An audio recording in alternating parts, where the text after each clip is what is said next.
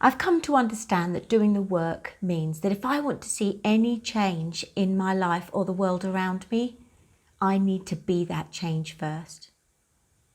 It's an inside job. So if I want to see more peace in the world, I need to be more peaceful first. If I want to experience more happiness, then I need to be happy first. If I want people to love, cherish, appreciate and value me, I need to appreciate, love, cherish and value others and myself first.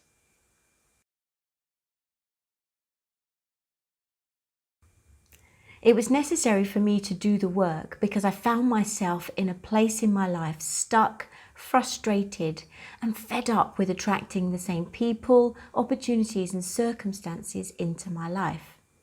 I found myself saying, why does this keep happening to me? However hard I try, I can't seem to ... And latterly, I was attracting the wrong relationships into my life where I kept experiencing the same feelings of hurt and pain and resentment. I needed to be the person I wanted to meet. I needed to be what I needed to see change in the world and my life.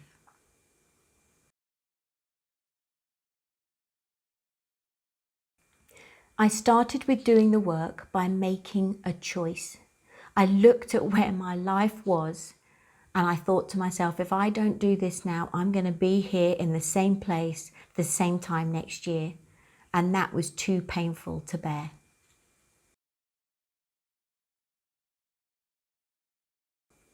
Knowing that any change I wanted to see needed to come from me first, I decided to look at the 4 areas of my life that I did have control over.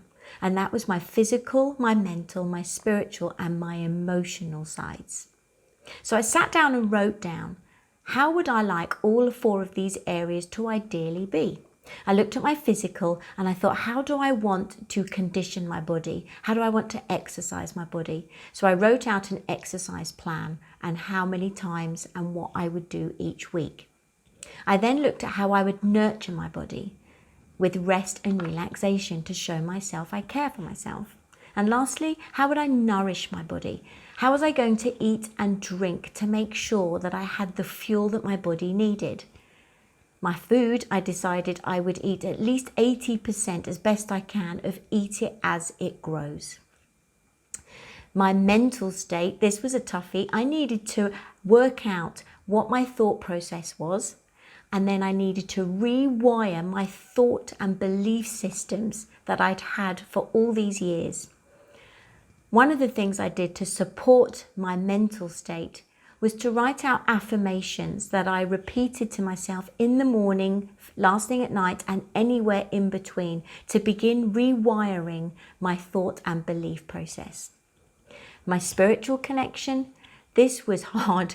This was taking more time out for meditation to really truly connect with myself. So I found a meditation that worked for me that I did daily. My emotional, this was the toughest. I needed to reprogram years, over 40 years worth of conditioning and unconscious habits with how I felt. I needed to create a future vision for myself and how I wanted to feel. And I focused on this mainly every single day, morning, night, and anywhere in between.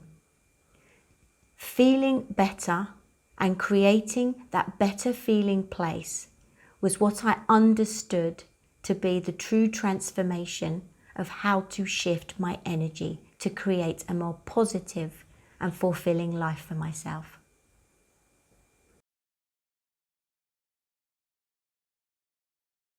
The biggest challenge I find is, first of all, starting. Where do you start? What do you start with? So after creating my list of how I wanted to look after my body, my mental state, my spiritual state, and my emotional state, starting was one of the biggest challenges. But I focused on how I wanted to feel and how I wanted to turn my life around. The next biggest challenge really is the days you don't feel like it. Gosh, there would be days where I would drag myself out of bed at 5:30 because I needed to do my energy work or my affirmations or to get to the gym on time. Our bodies and our lives are so conditioned by unconscious habits that it is absolutely necessary to have a plan in place so that the days you don't feel like it, you just automatically just get up and follow the plan. Perseverance and resilience are key if you are wanting to transform your life.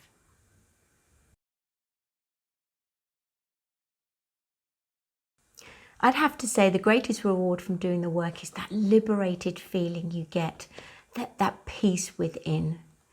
To truly feel connected to yourself is utter bliss. You feel resilient and strong and in flow, and as a result, you really start to see your life transform before your very eyes.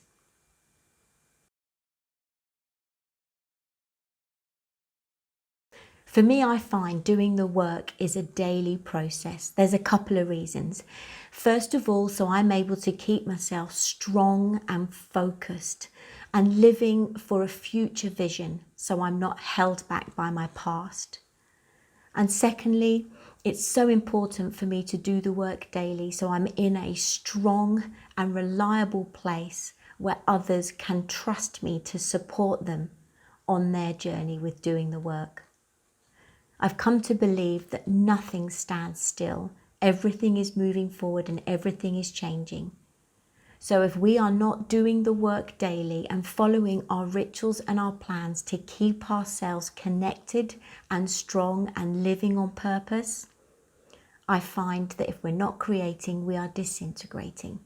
That is why I make doing the work my daily practice.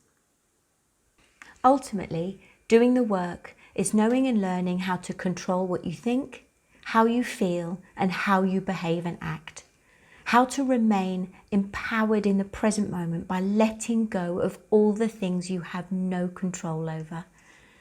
By taking responsibility for your whole self and your well-being.